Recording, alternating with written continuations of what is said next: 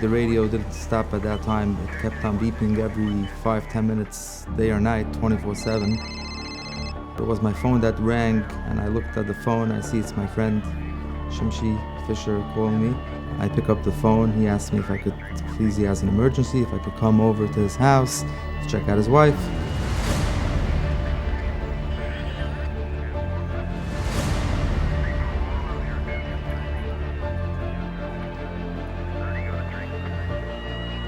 As soon as I walked into the house, I saw his wife sitting on the bed with an oxygen concentrator. I called for backup for a paramedic to come. My friend Jonathan Hoffman was there literally within a minute or two. He hasn't slept that night. He was just going from one call to the other. He came there. He started giving her a little bit of IV fluids and some medications to ease her breathing. Called into the hospital to notify them that we're coming in with a critical patient.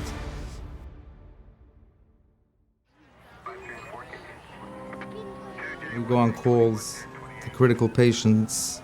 It's a big stress on us, especially when we know the families, or in this case, it was a good friend of mine, Shimshy, that I grew up with. We went to yeshiva together, and especially with his special needs child, Chesky, just made the whole drama much more intense. They wheeled her into the ICU in order to be intubated.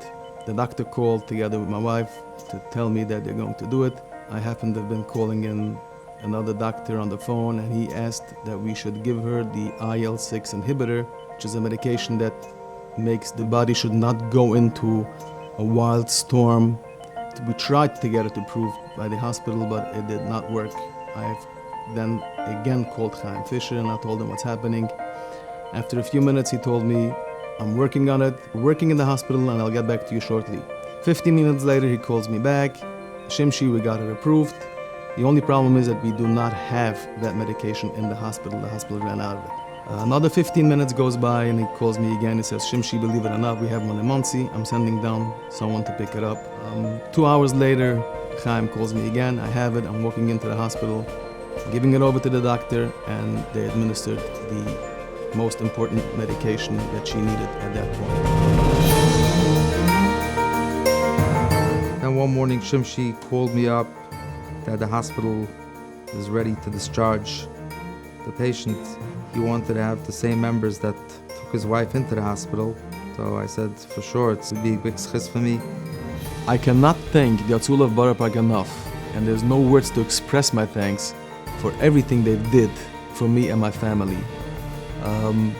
If it is taking her into the hospital, once in the hospital, making sure she gets the right doctors, before getting intubated, to get the medication that the hospital does not have, get it from somewhere, I don't know how much money they spent on it, bringing it into the hospital, making sure that it's administered to my wife, and then once in the ICU, making sure, being on top of the doctors to check up on her every so many times during the day. And then finally, when they brought her home and made sure that she has a good and speedy recovery at home. Thank you, Hatzolah of Boro Park.